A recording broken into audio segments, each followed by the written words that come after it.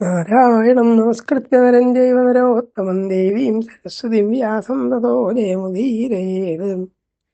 എല്ലാ ശ്രോതാക്കൾക്കും നമസ്കാരം. ഹരിവംശ പ്രഭാഷണ പരമ്പരയുടെ 34 ഘട്ടത്തെ പ്രവേശിക്കുകയാണ്. ഇവിടെ പാരിജാതം സംബന്ധിച്ചിട്ട് ആ യുദ്ധം സമാപിക്കുന്നത്, പിന്നീട് പാരിജാതം സ്വർഗത്തിലേക്ക് തന്നെ വീണ്ടും എത്തിച്ചേരുന്നത്, ഇത്തരം വിഷയങ്ങളാണ്. അത് വളരെ വിസ്തരിച്ച് വർണ്ണിച്ചിട്ടുണ്ട്. നേരത്തെ പറഞ്ഞു, പാരിജാത വൃക്ഷം സത്യഭാമയ്ക്ക് നൽകാമെന്ന് കൃഷ്ണൻ പ്രതിജ്ഞ ചെയ്തു. അത് നടപ്പാക്കാൻ വേണ്ടി നാരദനോട് ഇന്ദ്രൻ്റെ അടുത്ത് ദൂതനായി ചെല്ലാൻ പറഞ്ഞു. പാരിജാതം തനിക്ക് നൽകണമെന്ന് ഇന്ദ്രനോട് ആവശ്യപ്പെടാൻ പറഞ്ഞു. നാരദൻ ചെന്ന് ആവശ്യപ്പെട്ടു. ഇന്ദ്രൻ സ്വാഭാവികമായിട്ടും അതിന് ഇഷ്ടപ്പെട്ടില്ല. ധാരാളം ന്യായങ്ങൾ പറഞ്ഞു. സ്വർഗത്തിലെ സൗഭാഗ്യങ്ങളൊക്കെ ഭൂമിയിലേക്ക് കൊണ്ടുപോയി കഴിഞ്ഞാൽ പിന്നെ സ്വർഗത്തിന് എന്താണ് വിലയുള്ളത്, അതുകൊണ്ട് തരാൻ വിഷമാണ് എന്ന് മാത്രമല്ല, എൻ്റെ അനുജനായ ആ കൃഷ്ണൻ, ഇന്ദ്രാനുജൻ പര്യായമുള്ളതൊക്കെ നേരത്തെ പറഞ്ഞല്ലോ, അങ്ങനെയുള്ള ആള് ജ്യേഷ്ഠനായ എൻ്റെ നേർക്ക് ഗത പ്രയോഗിക്കുന്നൊക്കെ പറഞ്ഞ് വളരെ കഷ്ടമായി പോയി. യഥാർത്ഥ സാഹോദര്യം ലോകത്ത് വളരെ പ്രധാനപ്പെട്ടതാണ്. ഭാര്യയെ ഭർത്താവിനൊക്കെ വേറെ കിട്ടിയതല്ല, പക്ഷെ സഹോദരൻ്റെ ലോകത്ത് എവിടെയും വേറെ കിട്ടില്ല എന്നാണ്. ഇതിന് സമാനമായ വാക്കുകളൊക്കെ നമുക്ക് വാൽമീകി രാമായണത്തിൽ കാണാം. സാഹോദര്യത്തിനെ മാനിച്ചുകൊണ്ട് അതിൻ്റെ തുല്യമായ മഹിമയെ വാഴ്ത്തുന്ന സമയത്ത് ശ്രീരാമൻ പറയുന്നുണ്ട്, സഹോദരനെ കിട്ടാൻ ഭ്രാതാവിനെ വേറെ കിട്ടിയെന്നില്ല, ഭാര്യയൊക്കെ വേറെ കിട്ടും പുരുഷനെ, സഹോദരനെ കിട്ടാൻ എളുപ്പമല്ല. അപ്പം അങ്ങനെയുള്ള സാഹോദര്യത്തെ പോലും വിലവെക്കാതെ ആ കൃഷ്ണ യുദ്ധത്തിന് പുറപ്പെടുകയാണ്. കഷ്ടം തന്നെയാണ്. ഞാനതിന് നേരിട്ടുള്ളതെന്ന് പറഞ്ഞു. നാരദൻ തിരിച്ചു പോന്നു. നാരദൻ തിരിച്ചു വന്നിട്ട് കൃഷ്ണനോട് വിവരങ്ങളൊക്കെ പറഞ്ഞു. ഇതൊക്കെ നമ്മളിപ്പോൾ 2-4 മിനിറ്റ് കൊണ്ട് പറഞ്ഞെങ്കിലും, 4 മിനിറ്റ് എടുത്ത് 2 മിനിറ്റ് കൊണ്ട് പറഞ്ഞെങ്കിലും പുരാണത്തിലെ രീതി അങ്ങനെയല്ല, വളരെ വിസ്തരിച്ചാണ് പറഞ്ഞിട്ടുള്ളത്. അതായത് കൃഷ്ണൻ ചെയ്തുള്ള അത്ഭുത ലീലകളൊക്കെ, വിഷ്ണു എന്നുള്ള എനിക്ക് കൃഷ്ണൻ ചെയ്തിട്ടുള്ള കൃത്യങ്ങളൊക്കെ നാരദൻ ഓർമ്മിപ്പിച്ചു. അതുകൊണ്ട് കൃഷ്ണനോട് യുദ്ധത്തിന് പുറപ്പെടുന്നത് ശരിയല്ല എന്ന് ഇന്ദ്രൻ ഉപദേശിച്ചു. അത് വിസ്തരിച്ച് പറഞ്ഞിട്ടില്ല അവിടെ, അങ്ങനെ വളരെ ദീർഘമായിട്ടാണ്. ഇതൊക്കെയാണ് നാരദൻ ഇന്ദ്രനോട് പറഞ്ഞു. ഇന്ദ്രൻ പാരിജാതം കൊടുക്കാൻ തയ്യാറില്ല എന്ന് കേട്ടപ്പോൾ അദ്ദേഹത്തെ അതിനെ പ്രേരിപ്പിക്കത്തക്ക വിധത്തിലും കൃഷ്ണൻ്റെ മാഹാത്മ്യം സൂചിപ്പിച്ചുകൊണ്ടും കൃഷ്ണനോട് പോരാടുന്നത് ശുഭകരമായി തീരില്ല എന്ന് ഓർമ്മിപ്പിക്കാനും ഒക്കെ വേണ്ടിയാണ് പറയുന്നത്. കേമായിട്ട് പറഞ്ഞില്ല, മുറ്റും ചൊല്ലേണമേ ദേവാ കേൾപ്പോരിലും തവ കേട്ടു ചെയ്യുക സർവജ്ഞ ശ്രേയസ്സേകീടും എന്മൊഴി സുഖൽ ഭ്രാതാക്കൾക്ക് തമ്മിൽ കലഹം മലനാശന പാരിൽ ശത്രുക്കൾക്ക് സന്തോഷദം ആവില്ല സംശയം. നിങ്ങൾ തമ്മിൽ ജ്യേഷ്ഠാനുജന്മാരായ നിങ്ങൾ തമ്മിൽ യുദ്ധം ചെയ്താൽ ശത്രുക്കൾക്ക് വലിയ സന്തോഷത്തിനിടയാവും. അവർക്ക് സന്തോഷിക്കാനുള്ള വക ഉണ്ടാക്കി കൊടുക്കലാണ്. അത് ചെയ്യരുത്. ഇക്കാര്യത്തിലുള്ള ഫലം നല്ലതായി കാണുമതില്ല ഞാൻ. അതിൻ്റെ കാരണം ദേവാ ധരിക്കാ വിബുധാധിപ. ഇത് നേരാമണ്ണാവും എന്നെനിക്ക് വിചാരമില്ല. വിസ്തരിച്ച് പറഞ്ഞു അദ്ദേഹം. പല കാരണങ്ങളും പറഞ്ഞു. യഥാർത്ഥത്തിൽ ഈ രുക്മിണി മുതലായ സ്ത്രീകളൊക്കെ സാക്ഷാൽ ദേവികളാണ്, കൃഷ്ണൻ സാക്ഷാൽ വിഷ്ണുവാണ്. ഇതൊക്കെ അറിയാത്ത ആളാണ് ഇന്ദ്രൻ എന്ന് നമുക്ക് വിചാരിക്കാൻ കഴിയില്ല. എന്നാൽ ഇതൊക്കെ പറയുന്നുണ്ട്. ഭേദമില്ല രുദ്രനും ഈ വിഷ്ണുവിനും സുലോത്തമാം. വിഷ്ണുവും പരമശിവനും ഒക്കെ യഥാർത്ഥം എന്താണ്, ഒരേ ശക്തിയുടെ വിവിധ രൂപങ്ങൾ മാത്രമാണ്. ആ സാക്ഷാൽ അവ്യനായിരിക്കുന്ന വിഷ്ണുവാണ് ഇപ്പോൾ ഈ ശ്രീകൃഷ്ണനായിരിക്കുന്നത്. മഹാത്മാവാം മഹാദേവൻ പിന്നെ സൃഷ്ടിച്ചു വേണ്ടവൻ ഇന്ദ്രബ്രഹ്മാദിവാനോരും പ്രജാപതി ഗണങ്ങളും ഏവം പുരാണ പുരുഷൻ വിഷ്ണു വേദപ്രസിദ്ധനാം. തപസ്സാൽ പണ്ട് അതിഥി സേവിച്ചു മുൻപുള്ള വിഷ്ണുവേ. അതിഥി പണ്ട് തൻ്റെ മകനായിട്ട് സാക്ഷാൽ വിഷ്ണു പറക്കണമെന്ന് വിചാരിച്ചു. വിഷ്ണു പ്രത്യക്ഷനായ സമയത്ത് ഈ വരം അഭ്യർത്ഥിച്ചപ്പോൾ വിഷ്ണു പറഞ്ഞു, എന്നെപ്പോലെ വേറൊരാളില്ലതുകൊണ്ട് ഞാൻ തന്നെ മകനായിട്ട് അവതരിക്കാമെന്ന് പറഞ്ഞു. ആ അതിഥിയും കശ്യപനും തന്നെയാണ് ഇപ്പോൾ ദേവകി വസുദേവരായി തീർന്നത്. ഇതൊക്കെ പുരാണങ്ങളിൽ പല ദിക്കിലും പറഞ്ഞിട്ടുള്ളതാണ്. അതുകൊണ്ട് സാക്ഷാൽ വിഷ്ണു തന്നെയാണ് കൃഷ്ണൻ മനസ്സിലാക്കൂ എന്നൊക്കെ പറയാൻ. അവതാരം പൂണ്ടു ദേവൻ ജഗത്തിനുഹിതത്തിനായി മധുരേങ്കൽ ജഗന്നാഥൻ കർത്താവ് കേശവൻ. ആ കൃഷ്ണൻ കർത്താവാണ്, എല്ലാത്തിനെയും നശിപ്പിക്കാൻ ശക്തിയുള്ള ആളാണ് എന്ന് പറഞ്ഞിട്ട് പഴയ കഥകളൊക്കെയാണ് പറയാൻ. ഭൂമിയെ വരാഹരൂപത്തിൽ വന്നിട്ട് ഉയർത്തി കൊണ്ടുവന്നു, ഹിരണ്യകശിപു മുതലായവരെ വധിച്ചതും, ഇങ്ങനെ പല കാര്യങ്ങളും പല ദിക്കിലും പറഞ്ഞിട്ടുള്ള കാര്യങ്ങൾ തന്നെ പറയാൻ. ദേവശത്രുക്കളാ മുഖ്യ ദൈത്യരെ കൊന്നിതായവൻ നിൻ പ്രിയത്തിനു ഗോവിന്ദൻ ധർമ്മനിത്യൻ സദാശ്രയൻ. പല അസുരന്മാർ അല്ലയോ ഇന്ദ്ര, നിന്റെ സൗഖ്യത്തിന് വേണ്ടിയാണ് വിഷ്ണു പോകുന്നത്. ആ വിഷ്ണു തന്നെയാണ് ഇപ്പോൾ കൃഷ്ണനായിരിക്കുന്നത്. അതുകൊണ്ട് കൃഷ്ണനോട് യുദ്ധത്തിന് പോകുന്നത് നന്നായിരിക്കില്ല എന്നാണ് പറഞ്ഞു കൊണ്ടുവരുന്നത്. ദേവ, ഞാൻ ചൊന്ന മൊഴി നീ ഏതും കേൾക്കയില്ല എങ്കിലോ നയത്തരാൻ നിന്റെ ഹിതം മന്ത്രിമാരോട് കേൾക്ക നീ. ഇപ്പം ഞാൻ പറഞ്ഞാൽ നീ കേൾക്കാമായി തോന്നുന്നില്ലെങ്കിൽ, അത്ര ഹിതമായി തോന്നുന്നില്ലെങ്കിൽ, അല്ലയോ ദേവേന്ദ്ര, നീ ഒരു കാര്യം ചെയ്യൂ, നിന്റെ മന്ത്രിമാരുമായിട്ട് ആലോചിക്കൂ നോക്കുക. ശക്രനായ ഇന്ദ്രൻ പറഞ്ഞു, ഏതായാലും ഈ കണ്ണൻ ചെയ്യുന്നത് ശരിയല്ല, ഞാൻ ഏതായാലും മരത്തെ കൊടുക്കാൻ ഭാവമില്ലാതെ പറഞ്ഞു. ഇമ്മട്ടുള്ളവൻ കണ്ണനെന്നാൽ അവനായി മരത്ത ഞാൻ സദ്ധർമ്മത്തെ സ്മരിച്ചും കൊണ്ട് ഏകില്ലേകേണ്ടതാകില്ലെന്ന് പറഞ്ഞു. യഥാർത്ഥത്തിൽ കൊടുക്കേണ്ടതാണെന്ന് തോന്നാപ്പോൾ ഞാൻ കൊടുക്കില്ല. എന്താണ്, മഹാപ്രഭവൻ അല്പത്തിൽ ചൊടിക്കില്ലെന്ന് ഓർത്തു ഞാൻ. ഇതൊക്കെ കേമനായിരിക്കുന്ന ഒരാൾ അന്യൻ്റെ കൈവശരിക്കുന്ന ഒരു വസ്തുവിന് വേണ്ടിയിട്ട് എന്നോട് ചൊടിക്കുന്നു പറഞ്ഞാൽ വലിയ കഷ്ടമാണ്. ജ്യേഷ്ഠഭ്രാതാവോട് വൈരം സർവജ്ഞൻ ചെയ്തു കൊള്ളുമോ. ഇത്രയൊക്കെ സർവജ്ഞനും ജഗത്തിന് മുഴുവൻ ആരാധ്യനുമാണ് ആ കൃഷ്ണനെങ്കിൽ ജ്യേഷ്ഠനായ എന്നോട് യുദ്ധത്തിന് വരുമോ. ഏതായാലും ഇപ്പോൾ കൊടുക്കാൻ ഭാവമില്ലാതെ തന്നെ. ജ്യേഷ്ഠത്വമാ ദേവനെന്തേ പണ്ടേ കൈക്കൊണ്ടിടാത്തതും. ഞാൻ ജ്യേഷ്ഠനാണെന്നുള്ള ഭാവം അയാൾക്കും ഉണ്ടാവണ്ടേ, അതുകൊണ്ട് ഞാൻ കൊടുക്കാൻ ഭാവമില്ലാന്ന് തന്നെ അങ്ങനെ പറഞ്ഞു. അത് ജാനന്ദൻ വീണ്ടും ഭൂമിയിൽ വന്നു. ദ്വാരകയിൽ ചെന്നിട്ട് കൃഷ്ണനെ അറിയിച്ചു. ഇങ്ങനെ ഈ സംഗതികളൊക്കെ കേട്ട് കഴിഞ്ഞപ്പോൾ കൃഷ്ണൻ പറഞ്ഞു, ഞാൻ ഏതായാലും വലിയ താമസമില്ലാതെ തന്നെ ആ ഇന്ദ്രലോകം ആക്രമിച്ചിട്ട് ശക്തി കൊണ്ട് തന്നെ ആ പാരിജാതം കൊണ്ടുവരുന്നതാണ്. അതൊക്കെയും കേട്ടു കണ്ണൻ ചൊല്ലി നാരദനോടുടൻ അമരാവതി പൂകുന്നേ, നാളെ ഞാൻ ധർമ്മവൃത്തമാ. വലിയ താമസമൊന്നുമില്ല, ഞാൻ നാളെ തന്നെ എന്ത് ചെയ്യുന്നുണ്ട്, ദേവേന്ദ്രൻ്റെ അമരാപുരി ആക്രമിക്കുന്നുണ്ട്. അതുകൊണ്ട് എൻ്റെ മുമ്പിൽ നിൽക്കാൻ ആ ശക്രന് ആ ഇന്ദ്രന് സാധിക്കില്ല. അയാളോട് നന്നായിട്ട് പറഞ്ഞേക്കൂ, പാരിജാതം ഹരിക്കാൻ ഞാൻ തീർച്ചയാക്കി ധരിക്കണം. കണ്ണൻ ചൊല്ലിയ വാക്ക് ഓജസ്സേറും ഇന്ദ്രനോദിനാൻ. നാരദൻ വീണ്ടും പോയി. നാരദനുള്ള യാത്രാക്ലാശമൊന്നുമില്ല. വിചാരിച്ച സമയത്ത് 14 ലോകങ്ങൾ സഞ്ചരിക്കാൻ കഴിയുന്ന ആളാണ്. ഉടനെ ഈ വാക്ക് കൃഷ്ണൻ വന്ന് ആക്രമിക്കുമെന്നും പാരിജാതം കൊണ്ടുപോകുന്ന ചെയ്യുന്നു അറിയിക്കാൻ വേണ്ടിയിട്ട് വീണ്ടും നാരദൻ സ്വർഗലോകത്ത് പോയി അതൊക്കെ അറിയുകയും ചെയ്തു. അതുകൊണ്ട് ഇന്ന് അത് ആലോചിച്ച് ചെയ്താൽ മതി എന്നൊക്കെ പറഞ്ഞിട്ട് അതേ പോയി.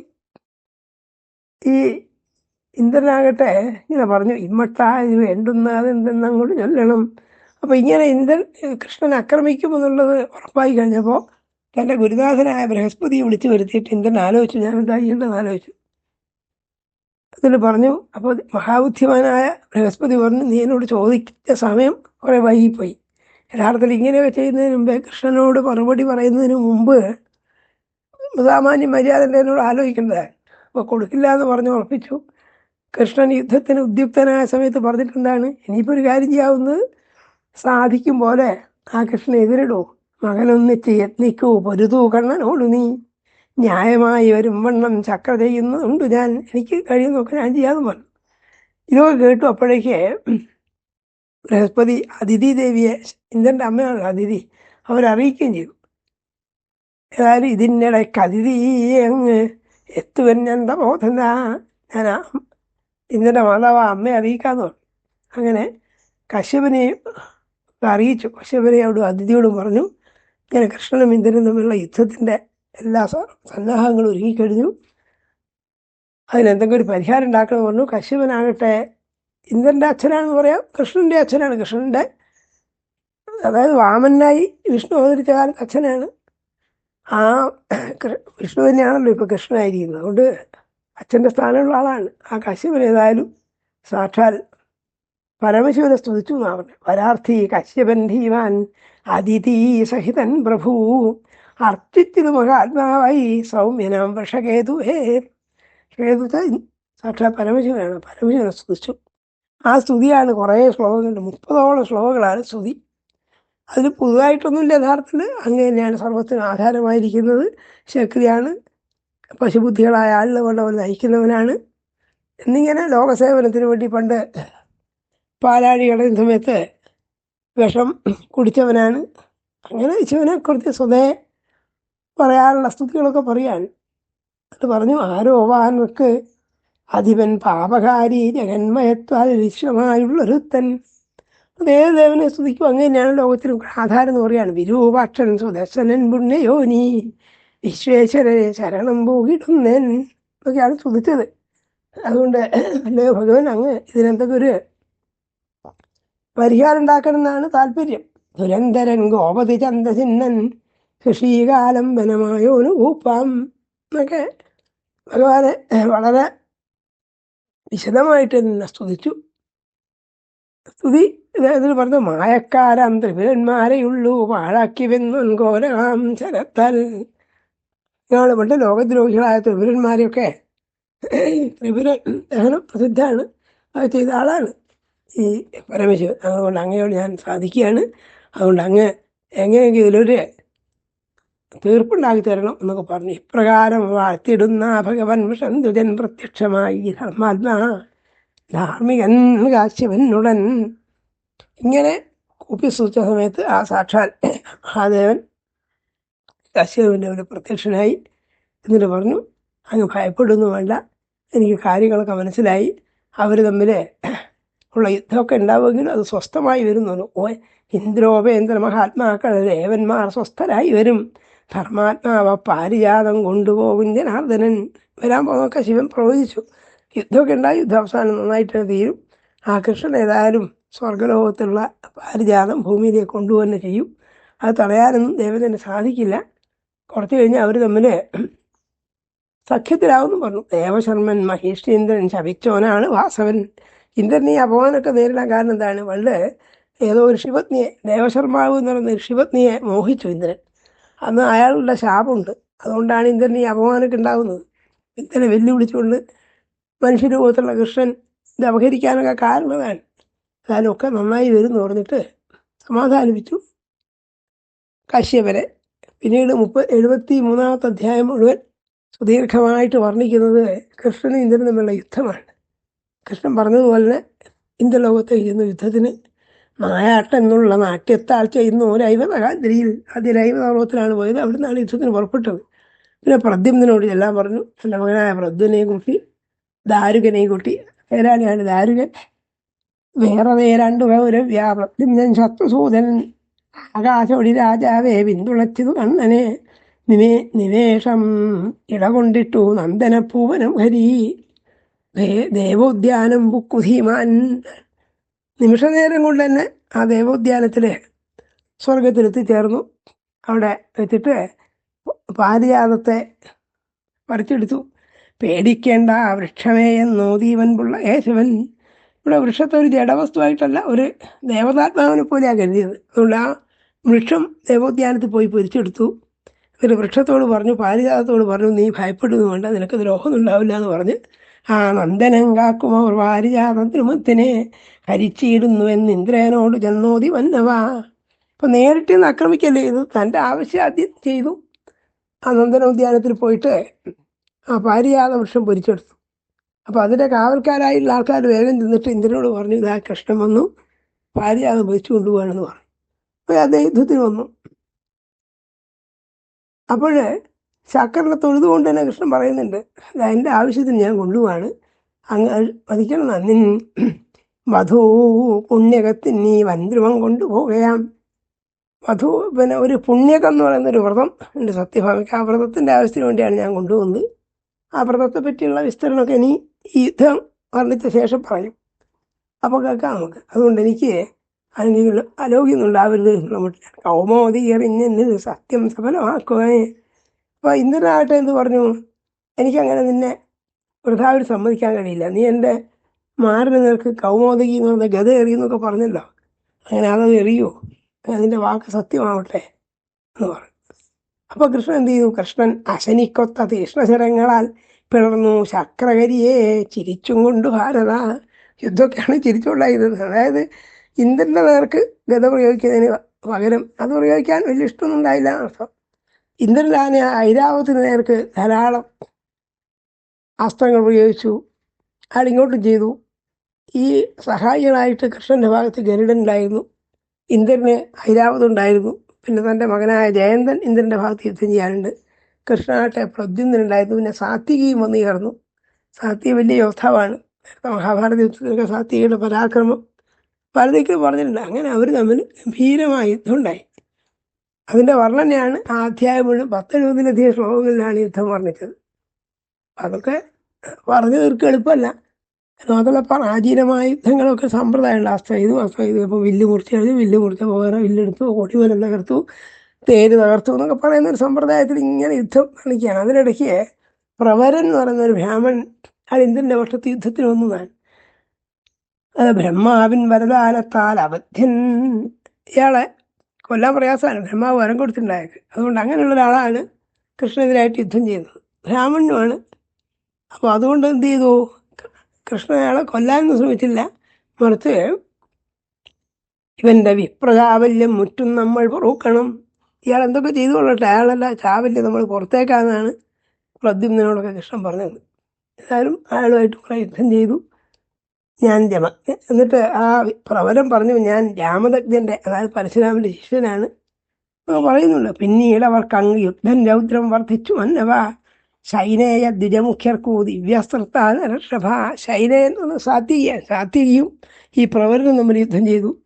ആ സമയത്ത് ഇടയ്ക്ക് ഈ ഗരുഡൻ്റെ ചിറകടി കൊണ്ട് ആന ഐരാവം തന്നെ വിഷമിച്ചു പോയി നോക്കാൻ. എരുതിയിലിരിക്കില്ലല്ലോ ഈ അസ്ത്രത്താവ് എന്ത് മഹാൻ പ്രദ്യുമ്നയുടെ പേരുടഞ്ഞു. പ്രദ്യുമ്നൻ്റെ തേരൊക്കെ എരിച്ചു കളഞ്ഞു, പക്ഷെ അത് ചുട്ടില്ല എന്നാണ്. ഘോരമാമത് ചുട്ടില്ല ആരെ രൗക്മിണേയനമന്നവാ. രുക്മിണീപുത്രനാണ്. രുക്മിണീപുത്രനായ പ്രദ്യുമ്നനെ ഈ അസ്ത്രമൊന്നും ചെയ്തില്ല, അയാളുടെ തേര് ദഹിപ്പിച്ചു കളഞ്ഞു നേരിടുന്നതാണ്. ഇങ്ങനെ ഇമ്മട്ടോരായിരം തീർപ്പാന്മായ ശക്തനാണ് ഞാൻ. പ്രദ്യുമ്നാകട്ടെ തൻ്റെ തേര് തകർന്നു പോയപ്പോൾ പ്രവരനോട് പറഞ്ഞു, എടോ നീ ഈ തേര് ഭസ്മാക്കിയ വലിയ കേമായി, പക്ഷേ ഇതുകൊണ്ടൊന്നും ഞാൻ തോൽക്കാൻ പോകുന്നില്ല. ഇങ്ങനത്തെ 1000 തേര് വേണമെങ്കിൽ എൻ്റെ മായാവിദ്യ കൊണ്ട് ഉണ്ടാക്കാൻ സാധിക്കുന്നതൊക്കെയാണ്. ഇങ്ങനെ പല അത്ഭുതങ്ങളും നടന്നു. വേറിട്ടെടുത്തോ പ്രവരൻ മഹാശനി സമസ്വരം. വലിയ ഒച്ചയുള്ളതായ ഹസ്തങ്ങൾ എടുത്തിട്ട് പ്രവരനും പ്രയോഗിച്ചു. അപ്പോൾ അവൻ്റെ വാളൊക്കെ, അപ്പോൾ വില്ലൊക്കെ മുറിഞ്ഞ് കളഞ്ഞു കണ്ടപ്പോൾ പ്രദ്യുമ്നൻ വാളും എടുത്ത് ചാടി വരാൻ നോക്കി, ആ വാള് മുറിച്ച് കളഞ്ഞു. ഇങ്ങനെ സാധാരണ യുദ്ധത്തിൻ്റെ സമ്പ്രദായങ്ങളൊക്കെയാണ് പറയാൻ. ആദേശം ഗരുഡനാകട്ടെ പക്ഷവേഗം കൊണ്ട് അവനെ എറിഞ്ഞു. ഗരുഡൻ കഥാ തൻ്റെ ചിറകടിയുടെ ഊക്കുകൊണ്ട് തന്നെ ഈ ശത്രുക്കളൊക്കെ കുറെ തള്ളി മാറ്റിയെന്നാണ്, പറപ്പിച്ചു കളഞ്ഞതാണ്. ഇങ്ങനെ അതേസമയം ഐരാവത്തിന് എന്ത് ചെയ്തു, ഗരുഡൻ തലയിൽ തച്ചു ഭാരത, തൻ്റെ ചിറകടിയുള്ള തൻ്റെ കൊക്കുകൊണ്ടും നഖങ്ങളെ കൊണ്ടൊക്കെ ഐരാവത്തിനെ ചെയ്തു. ഇങ്ങനെ അതിഗംഭീരമായ യുദ്ധം വിശ്രമമില്ലാത്ത മുട്ടയെ തുടങ്ങിയതാണ്. വൈകുന്നേരമായപ്പോഴേക്ക് രാത്രിയായപ്പോൾ നാളെ രാവിലെ യുദ്ധം ചെയ്യാൻ ഇനി വിശ്രമിക്കാമെന്ന് പറഞ്ഞത്. വളരെ രസകരമാണ്. കാരണം ദേവന്മാർക്ക് സ്വതവേ ക്ഷീണവും വിശപ്പൊന്നും ഇല്ല എന്നാണ് പറയുന്നത്. അപ്പോൾ അങ്ങനെയുള്ള ദേവന്മാർക്ക് ക്ഷീണം ഉണ്ടാകും. എന്നാൽ ഇന്ദ്രൻ അങ്ങനെ പറഞ്ഞു എന്ന് പറയുന്നുണ്ട്. ഏതായാലും പറഞ്ഞു ഇനിയിപ്പോൾ രാവിലെ യുദ്ധം ചെയ്യാമെന്ന് പറഞ്ഞു. അങ്ങനെ അവർ അവിടെ വിശ്രമിക്കുന്നത് പാരിയാത്ര എന്ന് പറയുന്ന പർവ്വതത്തിൻ്റെ നിലയാണ്. ആ പാരിയാത്രത്തെ കൃഷ്ണൻ വരം കൊടുത്ത് അനുഗ്രഹിച്ചു. ഹേമനായിത്തീരുന്നൊക്കെ പറഞ്ഞിട്ട് അനുഗ്രഹിച്ചു, നിനക്ക് വലിയ പ്രശസ്തി ഉണ്ടാവും എന്ന് പറഞ്ഞു. അഴകേറും പാരിയാത്ര ഗിരിയിൽ പാർത്ഥുഹൃഷ്ടനായി. പാരിയാത്ര എന്ന് പറയുന്ന ആ പർവ്വതത്തിലായി. ആ പർവ്വതത്തിന് വരം കൊടുത്തത് മഹാതിഥി. അത് കഴിഞ്ഞിട്ട് ആ സാക്ഷാൽ ഗംഗാതിയെ ധ്യാനിച്ചു. ഭഗവാൻ പരമശിവനെ വിചാരിച്ചു. വിഷ്ണുപതിയായിരിക്കുന്ന ഗംഗയെ വെച്ച് ഗംഗയെ അടുത്ത് വന്നു. ഗംഗയോടും തനിക്ക് ഗംഗയെ പൂജിച്ചു. എന്നിട്ട് അതിനുശേഷം സാക്ഷാൽ പരമശിവനെ കൃഷ്ണനും സ്തുതിച്ചു. ആ ശ്രീകൃഷ്ണൻ്റെ രുദ്രസ്തുതിയാണ് കുറേ ശ്ലോകങ്ങളിലായിട്ടുള്ളത്. നേരത്തെ കശ്യപ സ്തുതിച്ചതുപോലെ തന്നെ ഭഗവാന്റെ യോഗ്യതകളൊക്കെ പറഞ്ഞുകൊണ്ട് പറയാൻ, രുദ്രൻ ദേവൻ നീ രോദനാൽ, രോദനം ചെയ്തുകൊണ്ടാണ് രുദ്രനായത് എന്ന് ഭാഗവത്തിലും മറ്റു ദിക്കിലൊക്കെ കാണാം.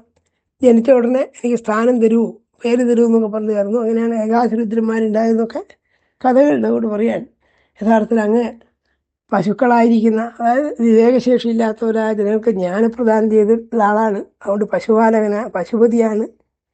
ഇല്ല അത്ഭുതം ദേവ നിന്മട്ടുഭൂതം ഭൂതം ഭവ്യം ഭാവിയുമില്ല തന്നെ. ഞാൻ ബ്രഹ്മാവക്കവിരുണ്ടാൻ അനന്തൻ മുറ്റും വീരാഠ്യന്മാർകളാം ബ്രഹ്മമുന്ദ്രൻ മുറ്റും ദേവേശ ത്വദ്ഭവാന്മാർകളേവ മീഡ്യൻ സർവേശൻ കാരണാത്മാവു നീ താൻ ഒക്കെ സ്തുതിച്ചത്. അല്ലയോ ഭഗവാൻ, അങ്ങയുടെ കാര്യങ്ങളൊക്കെ അത്ഭുതകരമാണ്. അങ്ങയിൽ നന്യമായിട്ട് ഇനി ഒന്നും ഉണ്ടാകാനില്ല, ഉണ്ടായ വസ്തുക്കളൊക്കെ അങ്ങയുടെ അംശങ്ങളാണ് എന്നൊക്കെ സ്തുതിച്ചു. സന്തോഷിച്ചിട്ട് ശിവൻ പറഞ്ഞു, കാര്യങ്ങളൊക്കെ നിനക്ക് അനുകൂലമായിട്ട് വരും, നിനക്ക് പാരിജാതം കൊണ്ടുപോകാൻ സാധിക്കും. കാലം കഴിഞ്ഞാൽ എന്ത് ചെയ്യണം? അത് സ്വർഗത്തിലേക്ക് തന്നെ തിരിച്ചു പോവുകയും ചെയ്യും. നീ ചെയ്ത ഒരു ഈ സ്തവം കൊണ്ടിട്ടെന്നെ അവരോത്തമ എന്ന് മാത്രമല്ല, നീ ഇപ്പോൾ സ്തുതി ഉണ്ടല്ലോ, അതുപോലെ ക്ഷേമമായിരിക്കുന്ന സ്തുതിയാണ്. ഈ സ്തുതി ഏറ്റുചൊല്ലുന്നവരും അത് കേൾക്കുന്നവരും കേൾപ്പിക്കുന്നവർക്കൊക്കെ അതൊക്കെ പുരാണങ്ങളിൽ സാധാരണ പറയുന്ന ഫലശ്രുതിയാണ്. ഇതുകൊണ്ട് സ്തുതിക്കുന്നവരോടൊക്കെ എനിക്ക് ഇഷ്ടമുണ്ടാവും എന്നൊക്കെ പറയും. അങ്ങനെ പറഞ്ഞു, ദേവദേവന്മാർക്ക് അവധ്യൻ വിരിഞ്ചന്റെ വരത്തിനാൻ. എന്നാൽ ഇവിടെ നീ ഒരു കാര്യം കൂടി ചെയ്യേണ്ടതെന്നാണ്. ഇവിടെ ഈ ഭൂമിക്കടിയിലായിട്ട് പർവ്വതത്തിൻ്റെ താഴെയായിട്ട് ഷൽപ്പുരന്മാർ എന്ന് പറയുന്ന ചില അസുരന്മാരുണ്ട്. അവര് ബ്രഹ്മാവിനോട് വലിയ വരമൊക്കെ വാങ്ങിയിട്ടുള്ളവരാണ്. അതുകൊണ്ട് അവരെ കൊല്ലാൻ ദേവന്മാർക്ക് പോലും വിഷമാണ്. അതുകൊണ്ട് നീ ഇപ്പോൾ മനുഷ്യരൂപത്തിലാണല്ലോ, കൃഷ്ണനോട് പറഞ്ഞു, അതുകൊണ്ട് മനുഷ്യരൂപിയായ നീ അവരെ കൊല്ലണമെന്ന് പറഞ്ഞു. മനുഷ്യനായോൽ നീ അവരെ കൊല്ലുക കേശവ എന്ന് ഒരു ദൗത്യം അദ്ദേഹത്തെ ഏൽപ്പിക്കുകയും ചെയ്തു. ഇങ്ങനെ രാത്രി കഴിഞ്ഞു, തുറന്നപ്പോൾ വീണ്ടും യുദ്ധം ചെയ്തു. ആ പാടെ യുദ്ധം ഇങ്ങനെ വർദ്ധിച്ചു വരുന്ന സമയത്ത് ഈ പാരിജാതം കൊണ്ടുതന്നെ ചെയ്തു. അത് കൊണ്ടുപോയത് യുദ്ധത്തിൽ ജയിച്ചിട്ട് മാത്രമല്ല, അതിലേക്ക് അതിഥി പ്രത്യക്ഷപ്പെട്ടു. അതിഥി ദേവേന്ദ്രനും കൃഷ്ണനും ഒക്കെ വളരെ ബഹുമാന്യായ മാതാവാണ്. വാമനാവതാരത്തിൽ തൻ്റെ അമ്മയായിരുന്ന ആളാണ് അതിഥിയെ. ഇന്ദ്രനും ആദിത്യന്മാരെന്ന് പറയുന്നത് തന്നെ അതിഥീൻ്റെ മക്കളായതുകൊണ്ടാണ്. അതിൽ ആതിഥേയന്മാരിൽ ഒരാളാണ് ഇന്ദ്രൻ. അതുകൊണ്ട് ഈ യുദ്ധം ഇങ്ങനെ നീണ്ടുപോകെ ഈ യുദ്ധത്തിന് ഒരു പരിധി, ഒരു അവസാനം ഉണ്ടാക്കാൻ വേണ്ടിയിട്ട് സാക്ഷാൽ അതിഥി ദേവി തന്നെ ഈ കൃഷ്ണൻ്റെയും ഇന്ദ്രൻ്റെയും തേരുകൾക്ക് നടുവിൽ വന്നു നിന്നു. എന്നിട്ട് അവരോട് യുദ്ധം നിർത്താൻ പറഞ്ഞു. അപ്പം അമ്മ പറഞ്ഞാൽ പിന്നെ അത് വേറെ ആലോചിക്കാനൊന്നുമില്ല. അതുകൊണ്ട് ആ ഇന്ദ്രനും കൃഷ്ണനും യുദ്ധം നിർത്തി. ഇതൊക്കെയാണ് കുറച്ച് വിസ്തരിച്ചിട്ടാണ് പറഞ്ഞത് മാത്രം. എന്നിട്ടതാ ചെന്നു തേരിനിടയിലായി നിന്നു നരവരാന്തികെ ഇടയ്ക്ക് അതിഥിയോടൊത്തു കശ്യപൻ നിന്ന് കണ്ടതിൽ രണ്ടാളും തേർ വിട്ടിറങ്ങി മഞ്ഞിടത്തിൽ മഹാബലൻ. അച്ഛന്മാരായ കശ്യപൻ അതിഥിയെ നടുക്ക് നിന്നപ്പോൾ അവർ രണ്ടുപേരും തേരിൽ നിന്നിറങ്ങിയിട്ട് ആ അമ്മയുടെ കാലുകൾ വന്നിച്ചു. കൈപിടിച്ചിരുപേരോടും ചൊന്നാൾ അതിഥി അപ്പോഴേ. അതിഥി മാതാവ് അവരോട് പറഞ്ഞു, നിങ്ങൾ സഹോദരന്മാരാന്നുള്ളത് എന്താ മറന്നു പോകുന്നത്? വലിയ കഷ്ടമായി പോയിട്ടത്. എല്ലാം കൊണ്ടും ഇതൊക്കില്ല, എൻ മക്കൾക്കെന്നോർത്തിടുന്നു ഞാൻ. എൻ്റെ മക്കളായ നിങ്ങളിങ്ങനെ പരസ്പരം ലാളകൂടുന്നത് ശരിയല്ല. അതുകൊണ്ട് തൽക്കാലം എന്ത് ചെയ്തു, നിങ്ങൾ അസ്ത്രം വെക്കൂ, എൻ വാക്കിനെ ചെയ്ത് കൊള്ളുവിൻ, ഞാൻ പറഞ്ഞ അനുസരിക്കൂന്ന് പറഞ്ഞു. അങ്ങനെ ചെയ്യാമെന്ന് പറഞ്ഞിട്ട് അവർ ആവാമെന്ന് ദേവചൊല്ലി കുളിപ്പാനായി മഹാബലൻ. ഇതൊരു യുദ്ധമൊക്കെ ചെയ്തതല്ലേ, യുദ്ധം എഴുതാൻ വേണ്ടിയിട്ട് ഗംഗയിൽ പോയി കുളിച്ചു. തമ്മിൽ സംസാരിച്ചു കൊണ്ടാണ് പോയെന്നാണ്. ഇന്ദ്രനും കൃഷ്ണനും പരസ്പരം പറഞ്ഞു. ഇങ്ങനെ പറഞ്ഞു, ഏതായാലും നീ പ്രതിജ്ഞ ചെയ്തതാണല്ലോ, അതുകൊണ്ട് ഏതായാലും പാരിജാതം കൊണ്ടുപോയിക്കോളൂ, കാലം കഴിഞ്ഞാൽ പാരിജാതം ഇവിടെ തന്നെ വന്നു ചേരും എന്നും പറഞ്ഞു. ഭ്രാതൃത്വം പൂണ്ട് അണ്ണനെന്നു കൈക്കൊണ്ടത് കളഞ്ഞുടൻ എന്തേ കപലപത്താക്ഷ എടുക്കാൻ നോക്കിയിടുന്നു നീ. ഒരു പരിഭവം പറഞ്ഞു, നീ എന്നെ ഏട്ടനാണെന്ന് മാനിക്കാതെ യുദ്ധത്തിൽ പുറപ്പെട്ട് എന്താണ് ചോദിച്ചു. അപ്പോൾ കൃഷ്ണൻ കാര്യങ്ങളൊക്കെ പറഞ്ഞു, സത്യഭാമി വേണ്ടി ഞാൻ ഈ പ്രതിജ്ഞ ചെയ്തിട്ടുള്ളതുകൊണ്ടാണ് എന്ന് പറഞ്ഞു. അപ്പോൾ അതിഥി പറഞ്ഞു, അല്ലയോ കൃഷ്ണ, അങ്ങ് ദ്വാരയിൽ കൊണ്ടുപോയിക്കൊള്ളൂ ഈ പാരിജാതം. ദ്വാരകയ്ക്കൂ പാരിജാതം നയിക്ക നീ വധുവിനെത്തിക്കുകീശ പുണ്യകം ഹൃതികാക്ഷിതം. ആ പുണ്യം എന്ന് പറയുന്ന വ്രതത്തിന് വേണ്ടിയാണല്ലോ, അത് വേണ്ടതുപോലെ ചെയ്യൂ. പുണ്യകം സത്യഭാമയ്ക്കൂ തീർന്നാൽ നീ ഈ ധ്രുവത്തിന്. ആ പുണ്യം എന്ന് പറയുന്നൊരു വ്രതമാണ്. ആ വ്രതം കാലം കൂടി കഴിഞ്ഞാൽ പാരിജാതത്തിൽ ആവശ്യം കഴിഞ്ഞാൽ നീ എന്ത് ചെയ്യണം? യഥാസ്ഥാനം നന്ദനത്തു വെച്ചാലും പുരുഷോത്തമാ, അത് തിരിച്ച് നന്ദനവനത്തിൽ, അതായത് ദേവോദ്യാനത്തിൽ തന്നെ കൊണ്ടിരുന്നാക്കണം എന്ന് മാത്രമല്ല, ആ അതിഥി കൃഷ്ണൻ്റെ ഭാര്യമാർ 16,000 ആളുണ്ട്. അവർക്കൊക്കെ ധാരാളം രത്നങ്ങളും മാല്യങ്ങളൊക്കെ കൊടുക്കാൻ വേണ്ടി കൃഷ്ണനെ ഏൽപ്പിച്ചു. രത്നങ്ങൾക്കൊന്നും പുരാണത്തിൽ വിഷമമില്ല. ദിവ്യങ്ങൾ, സർവരത്നങ്ങൾ, വസനങ്ങൾ, മനസ്സിനി എന്നും പൊടിപെടാതുള്ള പല വർണ്ണങ്ങളുള്ളവ 16,000 ഭാര്യമാർക്കും അങ്ങനെ മാധവൻ വാങ്ങിച്ചിട്ട് അതിതേജസ്വി ദ്വാരകയ്ക്കൽ നെല്ലിനൻ. കൃഷ്ണനാകട്ടെ ആ മാതാവ് എൻ്റെ 16,000 ഭാര്യമാർക്കും വേണ്ടി തന്നിട്ടുള്ള വസ്ത്രങ്ങളും ആഭരണങ്ങളൊക്കെ ഏറ്റുവാങ്ങിയിട്ട് പോവുകയും ചെയ്തു. അങ്ങനെ അധികമായിട്ട് ദ്വാരകയിലെത്തി. ഇന്ദ്രനെ ജയിച്ചിട്ട് പാരിജാതം കൊണ്ടുവരുമെന്ന് പറഞ്ഞിട്ട് ആളുകളൊക്കെ വളരെ കേമായിട്ട് അതൊക്കെ ആഘോഷിച്ചു. കൃഷ്ണൻ പ്രദ്യുമ്നോടും ഗരുഡനോടൊക്കെ ചെന്ന് എല്ലാ ഒരുക്കങ്ങളും ഞാൻ പറഞ്ഞു. നോക്കിക്കാണുന്ന വൃദ്ധർക്കു ജനതീരെ ഒഴിഞ്ഞുപോയി. പിന്നെ ആ പാരിജാതത്തിൻ്റെ കേമത്തൊക്കെ പറയാൻ, പാരിജാതം ഈ ദ്വാരകരത്തോടുകൂടി അത് നോക്കി നിൽക്കുന്നവർക്ക് ജരാതരകൾ പോലും ഇല്ലാണ്ടായിന്ന്. കണ്ണ് കാണാത്തവർക്ക് കണ്ണിന് കാഴ്ചയുണ്ടായി, കണ്ണ് കാണാത്തവർക്കൊക്കെ കാഴ്ചയുണ്ടായി. ലക്ഷണം രോഗം മാറി, രോഗികൾക്കും ദ്രുമഗന്ധം മണങ്കയാൽ. ആ വൃക്ഷത്തിൻ്റെ കാറ്റേറ്റ് വൃക്ഷത്തിൻ്റെ ഗന്ധം നിൽക്കുന്നവർക്ക് രോഗങ്ങളൊക്കെ മാറി ഹൃഷ്ടരായി കൈവണങ്ങി ജനാർദ്ദനനെ ആയവർ. ആ വൃക്ഷത്തിനൊട്ടകലെ നിൽക്കുന്നവരെ കേട്ടുതേ ഏതേതു വരനേതേതോ ഗന്ധം ഹൃദ്യം നനഞ്ചുവോ. വേറെ അത്ഭുതം എന്താ വെച്ചാൽ ഓരോരോ ആളുകൾക്കും ഓരോരോ പൗരനും എന്താണോ ഹൃദ്യമായ ഗന്ധം, ആ ഗന്ധം അവരനുഭവിച്ചു. ഈ പാരിജാതം വന്നപ്പോൾ കണ്ട് വൻപുള്ള വസുദേവനെ ദേവകീയുമേ. പിന്നെ അവർ അച്ഛനന്മാരൊക്കെ ഇന്ന് വന്നിച്ചു. അങ്ങനെ സുഖമായിരുന്നു അവിടെ. വൃക്ഷം വാസുദേവൻ്റെ വിചാരം പോലെ ഭാരത. പിന്നെ വേറൊരു അത്ഭുതകരമായ സംഗതി പറഞ്ഞത്, ഈ വൃക്ഷത്തിലുള്ള ഗുണം നിർത്തിയത് എവിടെയും കൊണ്ടുപോകാനൊക്കെ വേണം. അത് വലിപ്പം സൗകര്യം പോലെ കൃഷ്ണൻ്റെ വിചാരത്തിനനുസരിച്ച് ചെറുതാകുകയും വലുതാവുകയും ചെയ്തതാണ്. ഇപ്പം അകത്ത് കൊണ്ടുപോയിട്ട് പൂജിക്കാനൊക്കെ ആണെങ്കിൽ അത് ചെറിയ കയ്യിൽ കൊണ്ടു നടക്കാവുന്ന, നമ്മൾ ചെടിച്ചട്ടികളിലൊക്കെ എടുത്തുകൊണ്ട് പോകുന്നില്ലേ ചെടി, അതുപോലെ ചെറുതാവുകയും ചെയ്തു. ചിലപ്പോൾ ചെറുതാം വലുതാം എന്നത് ഏറ്റവും അത്ഭുതമായതേ. സത്യഭാമ മന്ദിരത്തിൽ കടന്നു മധുസൂദനൻ. ഇപ്പം സത്യഭാമൻ്റെ വീട്ടിനുള്ളിലേക്കൊക്കെ മരം കൊണ്ടുപോകാൻ വലിയ വൃക്ഷമാണ്, കൊണ്ടുപോകാൻ വിഷമാണല്ലോ. അതൊന്നും വിഷമമുണ്ടായില്ല. അങ്ങനെ കൊണ്ടുപോയി അവിടെ വെച്ച് പൂജ ചെയ്തു. പുണ്യകം എന്ന് പറയുന്നതായ വ്രതത്തിൻ്റെ അവസാനത്തിൽ ക്ഷണിച്ചു വരുത്തി ബ്രാഹ്മണർക്കൊക്കെ ദക്ഷിണേലും കൊടുത്തു. ആ ദിവ്യവൃക്ഷം ഒരാൾക്കും കാട്ടിക്കൊടുത്തു. എന്ന് മാത്രമല്ല അതിൽ രസകരമായൊരു ചടങ്ങുള്ളത്, ഈ പാരിജാത വൃക്ഷത്തോട് കൃഷ്ണനെ കെട്ടി എന്ന് പറയുന്നുണ്ട്. പൂമാലയന്തി കണ്ണൻ്റെ കണ്ഠത്തിൽ ചേർത്തു ഭാമിനി സമ്മതിപ്പിച്ചമ്പുവോടു നാരദന്നേകി കണ്ണനെ ഗോസഹസ്രവും ആദേവി കാഞ്ചനക്കുന്നും. അങ്ങനെ അതൊക്കെ ആ വ്രതത്തിൻ്റെ ഒരു ഭാഗമാണ്. പാരിജാത വൃക്ഷത്തോട് കൃഷ്ണനെ ചേർത്ത് കെട്ടി. കെട്ടി എന്ന് പറഞ്ഞാൽ ഇപ്പോൾ നമ്മൾ മനസ്സിലാക്കേണ്ടത്, ഈ കുറച്ച് ചെറുതായി നിന്നിട്ടുണ്ടാവും പാരിജാതം. അപ്പോൾ സൗകര്യത്തിലൊരു ചെടിയൊക്കെ തുളസി ചെടിയൊക്കെ ശരീരത്തിൽ വെച്ച് കെട്ടാനോ, അതുപോലെ അഥവാ അതിനോട് കൃഷ്ണനെ കെട്ടിയെന്നാണ്. കൃഷ്ണനെ ഈ വൃക്ഷത്തോട് ചേർത്ത് കെട്ടിയിട്ട് നാരദന് ദാനം ചെയ്തു. വളരെ അത്ഭുതകരവും വിചിത്രമാണ്. 16,008 സ്ത്രീകളുടെ ഭർത്താവായിരിക്കുന്ന കൃഷ്ണനെ ഒരു ഭാര്യ വേറൊരാൾക്ക് ദാനം ചെയ്തു എന്ന് പറഞ്ഞാൽ, ദാനം ചെയ്താൽ തിരിച്ചെടുക്കാൻ അവസ്ഥയൊന്നുമില്ലല്ലോ. ഇങ്ങനത്തെ ചില അത്ഭുതങ്ങളൊക്കെ. കാരണം സത്യഭാമ കൃഷ്ണൻ്റെ സമ്മതത്തോടെ കൃഷ്ണൻ ദാനം ചെയ്തു. മറ്റ് ധാന്യങ്ങളും ചേർത്തു, തിലവിസ്താരലന്തയും എള്ളു മുതലായതൊക്കെ ദാനവസ്തുക്കളൊക്കെ കൊടുത്തു. കൃഷ്ണനെ ഈ പാരിജാത വൃക്ഷത്തോട് ചേർത്ത് കെട്ടിയിട്ട് നാരദന് സമർപ്പിച്ചു. ജലത്തോടു കൂടി ദാനം ചെയ്തു. ഇതൊക്കെ ഒരു രസമായിട്ട് അവർ കരുതിയെന്നർത്ഥം.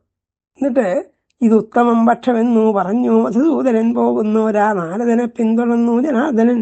നാരദന് കൊടുത്തുമല്ലോ. അപ്പോൾ നാരദൻ്റെ ഒരു സ്വത്ത് പോലെയായി തീർന്നു കൃഷ്ണൻ. അതുകൊണ്ട് നാരദൻ പുറത്ത് പോകുമ്പോൾ ഇയാളും പുറത്തു പോയി. പല നേരം പോക്കും അപ്പോൾ ചെയ്തിട്ട് മുനി സത്തമൻ നിൽക്ക ഞാൻ പോകുന്നു എന്നായി. നേരം പോക്കിൽ വിചക്ഷണൻ കഴുത്തിൽ നിന്ന് ആ പൂമാല അഴിച്ചിങ്ങനെ ചൊല്ലി ഞാൻ.